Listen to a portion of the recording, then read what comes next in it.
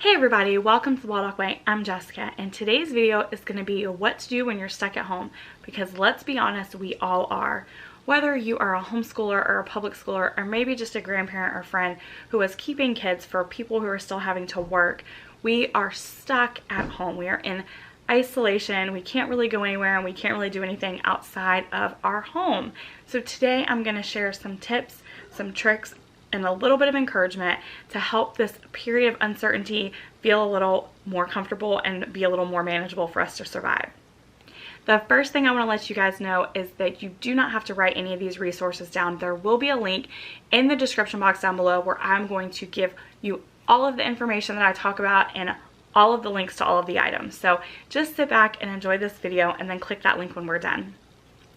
The first thing I want to address is schedules. I have seen some beautiful, color-coded, timed out, very thought out schedules floating around Instagram and Pinterest.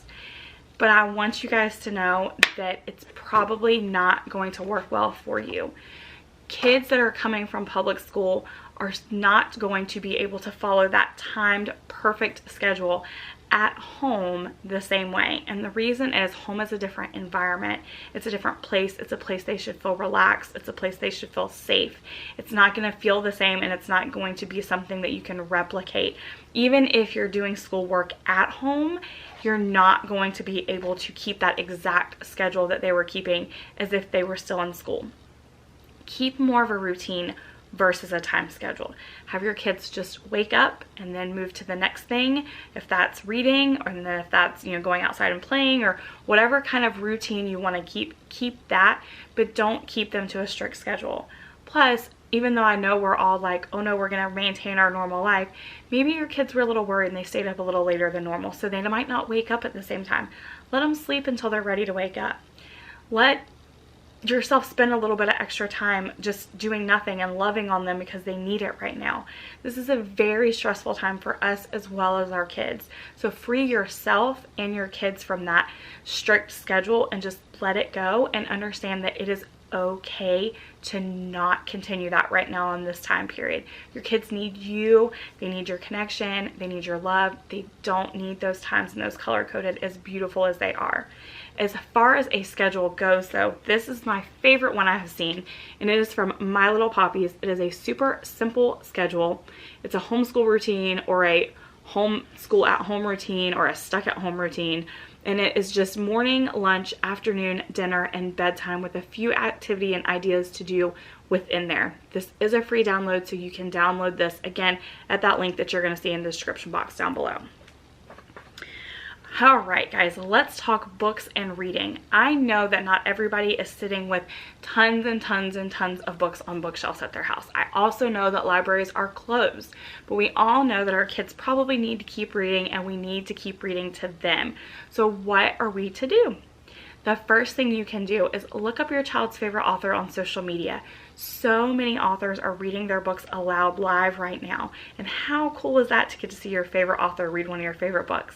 So look them up and see if your child's favorite author is doing something like that. And if your child doesn't have a favorite author, maybe look up your favorite author from your childhood to see if they're offering it.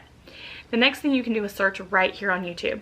Just search either a book title or an author or a subject matter, and there are librarians, moms, and teachers from all over the world who have done recordings of themselves reading books. So that is another really great option. You can also use your library card for app services such as Hoopla, Scribd, Overdrive. Check your library's internet, like on the internet. There may be other ones that they offer as well. Most of those services all work the same though. You log in with your library card and you digitally check out the ebook or the audiobook. And then you can either read the books together or listen to them. Another great option is Audible. We love Audible. We have the membership. It's $14.95 a month. You can purchase books on Audible even if you are not a member. I will be linking Read Aloud's Revival Audible page because she tells you all the deals, and there are some even as low as 99 cents, so you don't have to be a member and you can snag a book for 99 cents. You also, when you take your credit, can be very mindful and try to find things like collections. So you can get, for instance, the entire Beverly Cleary collection, which I believe has 8 to 12 books in it. So you're really getting a bigger bang for your buck with that credit, because it's like $30 to buy it outright and your credit is only $14.95, unless you're a new member, in which case if you sign up, I believe you get your first book for free. So that is a great option. Another fantastic option is to use podcasts. While there are tons of podcasts out there that aren't just reading, there are a lot of podcasts that are story-based. So I will be linking all of our favorite podcasts in a blog post, a separate blog post for you guys to check out. But there are a few that we listen to, let me look them up really quick for you, that are story-based, and those would be Bedtime History, Goodnight Stories for Rebel Girls, Stories Podcast, The Story Pirates, Story Nori, and The Alien Adventures of Finn Caspian are just a few of our favorite podcasts that are story-based. So you can listen to those stories. You can go all the way back to the beginning and listen to them all the way through where you are now. Again, podcasts in themselves are a great way to occupy some time, interest your kids, maybe even dive down a rabbit trail, because who knows what all you might find out. For instance, Brains On is a great science podcast. They even have a podcast right now on the coronavirus. They talk to kids about it, and so the kids get to hear themselves kind of like some things they're thinking, and then the adult talks back to them, and it's just a really, really fun podcast. So podcasts in general are a great thing to turn on when you're eating, because your mouths are full, you can't really talk anyway, or if your kid's in the bath, just turn it on. It's a great way to get a few minutes to yourself. I am really quick to turn on a podcast to be able to change laundry or do some dishes or start dinner. So those are something else, and there's tons out there. So if your kid's interested in something, there's probably a podcast out there on it. So use those to your advantage. Another thing that you can be doing with books is, after you have read or listen to a book, you can watch the movie if there is one. And if you're not sure if there is one, I have put together a list of 100 book and movie combos. So this is a free printable. It is 100 different books, movies, and linked to a movie night idea. And then I'm also offering a worksheet that is a book and movie comparison sheet as well. Do you have to do this? No. It is very efficient, and it still totally counts if you just read or listen to the book, watch the movie, and then just talk about it. What did you like about the book? What did you like about the movie? We always like to play a fun game of where if you could take the pieces from the book and the pieces from the movie and create your own storyline, which ones would you keep and which ones would you let go of? That's always really fun, especially when you have books and movies that are very different from each other. But that is a great way to use a little bit of screen time to your advantage, to maybe kind of encourage your kids to read more, or have a celebration after reading a book. Make it fun for the whole family. Read a book together, listen to a book together, watch the movie, and have a few snacks while you're doing it. Another really, really great thing to do is play games. And I know you're like, well, that's not really educational, but it really, really is. I have a ton of videos and blog posts on how games fit into every different subject. Also, let me just go ahead and tell you that Emily totally learned her math facts by simply rolling dice. It really is the best way to learn your math facts. It's fun, it's no pressure, it's a great way to connect with your family, it's a great way to spend that time together, and you're still getting in a ton of math. If you don't have a lot of games already on hand, or if you're not in a position to be able to borrow or buy them, some libraries offer them if your library is still open at this moment. I am offering my Game Night in a Bag for free as well. This is a free downloadable, and it gives you 15 different games that you can play just using a deck of cards or some dice. So this is going to tell you what you need, how to play, and it's super, super simple. I printed them, I put them on a ring, and we keep our dice and our cards in this little plastic container. So it's very, very small. It takes up very little space if you're on limited space. And all you need, like I said, is a few dice and a deck of cards. Most of us have that, or we can search games to make it happen. Or if you can make it to a dollar store, they're gonna have that as well. The next thing is just get outside. You guys, we are on social distancing, not stuck inside the house. If you can, get outside. Don't go to a public park. Go somewhere secluded. Go in your backyard if you can, where nobody else is. But get outside. Get that vitamin D. There are a ton of outside ideas on 1,000 Hours Outside. It is a program where you try to get 1,000 hours outside logged every year. It's something we personally are doing this year, but there's a lot of nature and outside ideas if you don't have a swing set or you don't have something for your kids to do. And another suggestion I have is from Our Journey Westward, and it is these creative nature walks. Even if you don't necessarily have a place to walk, you could still do these just in your backyard. So this is just a color of nature hunt, and you would try to find the different things in nature in all of these different colors. So it could be something as simple as a green leaf, a brown leaf. You could either tape it to the paper, you could draw a picture of it on here, whatever worked best for your kid, but it gives them something to do when they're outside. So they're not just standing outside going, I'm bored. This one is ABCs of Nature. It's a scavenger hunt. Again, they're trying to find something for each letter of the alphabet. This is a paid product, but it is relatively cheap, I think less than $5, and there are 40 different activities within it.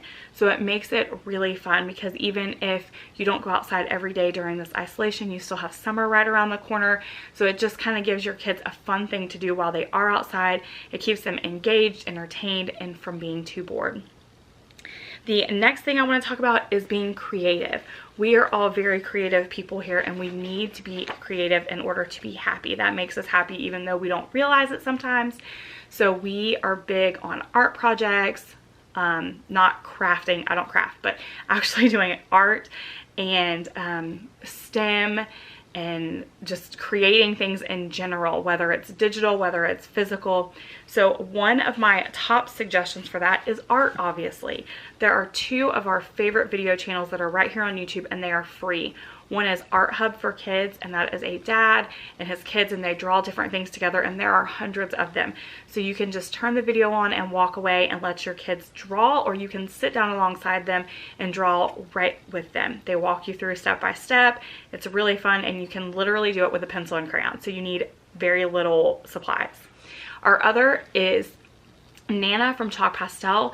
They do chalk pastel lessons. You can get a starter set of chalk pastels from Michael's, Hobby Lobby, or Amazon if you don't own any. They're about $5 to $10, and that's all you need is chalk pastels and a wet paper towel and some sort of paper to do their lessons, and there's tons of them for free available on YouTube.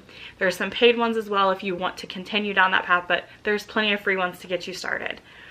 The other thing that we will be doing is STEM challenges. We love STEM challenges as a family. We love just the creative, the hands-on, the STEM part of it, the challenge part of it. And luckily, Brooke Brown from Teach Outside the Box is offering her maker stations for free right now. There's 15, so it's 3 to 4 weeks worth depending on how many days a week you do it. And it's very, very simple. You have a piece of paper here that tells you what you're going to do. So you're going to make something useful out of trash. There's tons of different material options, but literally it's out of trash, so you can just have your kid dig through the trash. She gives you QR codes that you can scan to get ideas, and then your kid can also write the blueprint, write what they made, what it's useful for, that kind of thing. Here they can make a tall tower. Here's tons of different examples, so you can use something that you already have on hand to be making that tower. It doesn't have to be something you're going out and getting individually. Again, QR codes, and then you can again draw that blueprint and do something with shapes and count how tall it is. It just makes it a lot of fun to be able to create something. The last thing I want to talk to you about is screen time. Do not feel guilty for it. Right now, we all need to survive. If you need to give your kid a tablet or a phone or turn the TV on, don't feel guilty. Tell whoever is giving you guilt about it that I said it's okay. If you have a kid who loves Minecraft, Colleen from Raising Lifelong Learners has free printable calendars that are give your kids creative ideas for every day of the month. These are definitely a favorite of ours. We love them. Print them, give them to your child, let them go crazy in Minecraft. If you want to have some educational TV, Curiosity Stream is our favorite for documentaries. They have tons to choose from, and it's like $2 a month, so you can add that. I even think they have a 7-day free trial, so you can try it and see if your kids like it. But it's a great way to get some screen time in that's still kind of educational and learning. If you have any ideas, please leave them in the comments down below, and make sure you check out that link, because I'm also going to be linking to Lauren from Chicky and Rue's blog post, where she's listing all of the free things that are available to us during these times of uncertainty.